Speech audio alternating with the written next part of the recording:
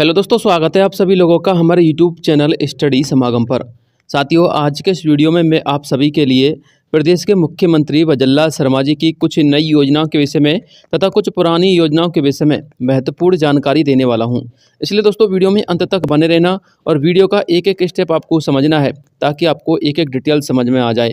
साथियों, आज के इस वीडियो में हम चर्चा करेंगे राशन कार्ड धारक कैंडिडेटों के संबंध में, क्योंकि आप लोगों को भी पता होगा कि राजस्थान के अंतर्गत NFSA पोर्टल वर्तमान में चालू है। लेकिन साथियों, बहुत सारे राशन कार्ड धारक ऐसे हैं जो काफ़ी लंबे समय से इंतजार कर रहे हैं। 3-4 साल हो गए वो बार बार आवेदन करते हैं, लेकिन वो पात्र होने के बावजूद भी अपना इस योजना का लाभ नहीं उठा पाते हैं।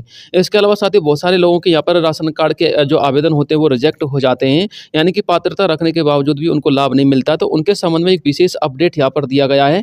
दोस्तों, राशन कार्ड धारक कैंडिडेटों के लिए जो खास अपडेट है वो मैं आपको इस वीडियो में बताने वाला हूँ।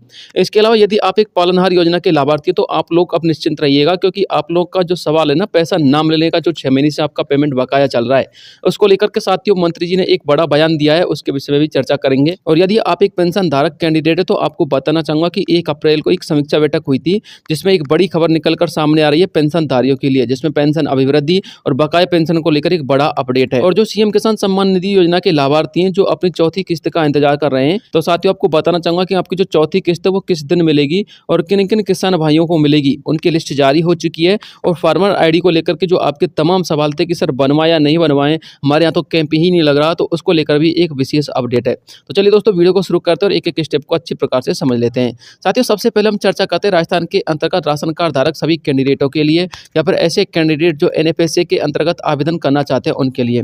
देखिए साथियों, एक तो आपको ये पता ही होगा कि राजस्थान के अंतर्गत जो NFSA की ऑफिशियल पोर्टल की अंतिम जो तिथि थी वो साथियों 31 मार्च रखी गई थी। लेकिन साथियों, आप लोग निश्चिंत रहिएगा, 31 मार्च के बाद भी आप लोग आवेदन कर सकते हैं, क्योंकि दोस्तों इसकी अंतिम तिथि 31 मार्च रखी गई थी, लेकिन पोर्टल को बंद नहीं किया गया था।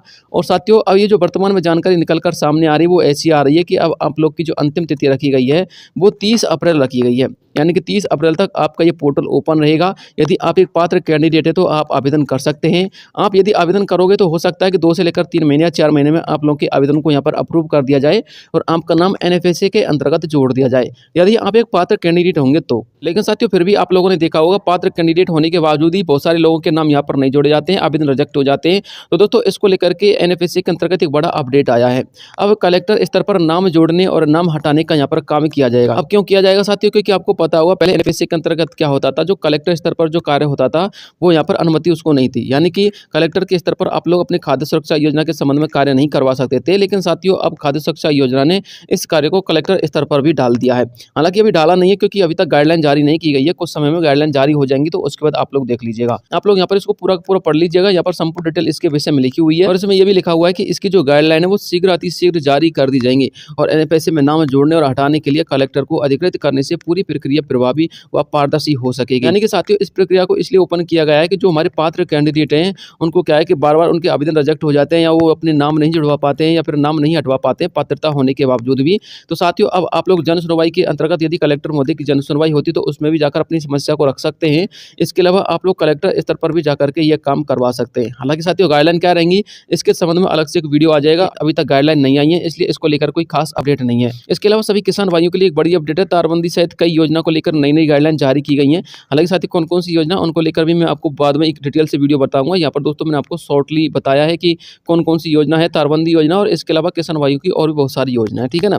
इसके अलावा साथियों, आपको एक और अपडेट बता देता हूँ। देखिए, यदि आप एक राशन कार्ड धारक हैं या फिर आप लोग नया राशन कार्ड बनवाना चाहते हैं, तो आप लोग अपने राशन कार्ड को डिजिटल राशन कार्ड में बनवाने के लिए या फिर अपना राशन कार्ड में नाम जुड़वाने के लिए जो कैंडिडेट आपके घर पर आते हैं, जो आपसे पैसा मांगते हैं या फिर आपसे जो ठगी करते हैं, आप लोग उनसे बच के रहिएगा, क्योंकि यहाँ पर साफ साफ लिखा हुआ है। देखिएगा, बिना अनुमति के कैंप लगाए जा रहे थे, डिजिटल राशन कार्ड बनाने के नाम पर वसूली की जा रही थी। 2 लोगों को पकड़ लिया है, केस उनका दर्ज कर दिया है। यानी कि आपको पैसा नहीं देना, किसी को फ्रॉड के अंतर्गत नहीं आना है, क्योंकि आपको पता है NFSA का जो है पोर्टल चालू है तो बहुत सारे लोग फ्रॉड करने पर लगे हुए हैं, ठीक है ना।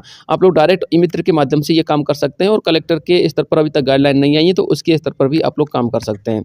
अब बात करते हैं साथियों, राजस्थान के पालनहार योजना के लाभार्थियों के लिए क्या बड़ा अपडेट आया है। तो साथ ही राजस्थान के जो पालनहार योजना के लाभार्थी जो पिछले 6 महीने से अपनी बकाया पेमेंट का इंतजार कर रहे थे, अब उनके पेमेंट का यहाँ पर वितरण होने का समय आ चुका है, क्योंकि साथियों आपका ये जो मुद्दा है ना, वो विधानसभा में उठाया जा चुका है। जी हाँ साथियों, मैं आपको बिल्कुल सही जानकारी दे रहा हूँ।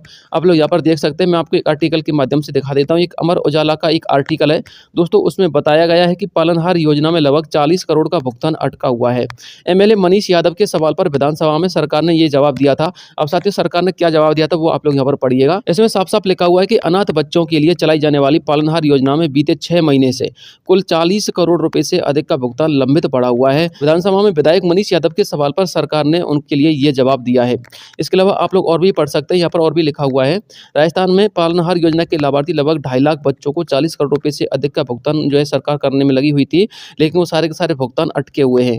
विधानसभा में शुक्रवार को विधायक मनीष यादव के तारांकित सवाल के जवाब में सामाजिक न्याय एवं अधिकारिता विभाग की ओर से जवाब दिया गया था कि वो अपना काम कर रही है, यानी कि विभाग अपना काम कर रही है, लेकिन होता क्या है कि जो पालनहार योजना के लाभार्थी जिनके आवेदन में कुछ ना कुछ प्रॉब्लम हो जाती है, फिर जो सत्यापन वगैरह नहीं करवाते हैं, तो उनका जो पेमेंट होता है वो बीच में अटक जाता है। तो उन्होंने यही कहा है कि 40 करोड़ का जो भुगतान है वो लंबित पड़ा हुआ है, कुछ का तो बीच में अटक रहा है और कुछ का अभी तक डिले हो रहा है, ठीक है ना। इसके अलावा उन्होंने बताया कि इस योजना में कुल 6,15,000 से ज़्यादा बच्चे लाभान्वित हो रहे हैं, लेकिन जुलाई से लेकर दिसंबर तक इनमें से लाखों बच्चों का भुगतान अभी तक नहीं किया जा सका है, यानी कि जुलाई से लेकर अब तक का पेमेंट अटका हुआ है।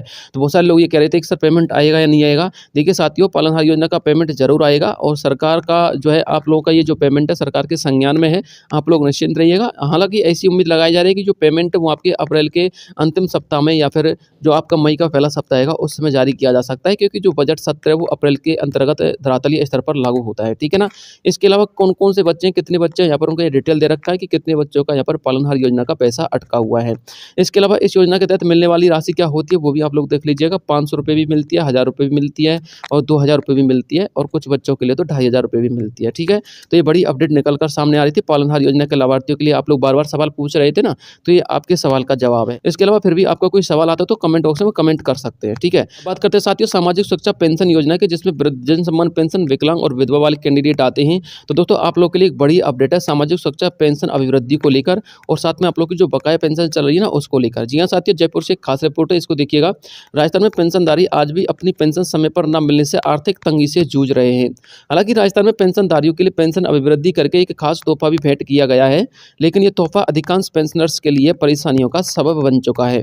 जानकारी के लिए आपको बता दें, जनवरी 2024 से अधिकांश पेंशनधारियों की पेंशन फिर से बकाया चल रही है। पेंशनधारी को अपनी पेंशन प्राप्त करने का फिर से इंतजार करना पड़ रहा है।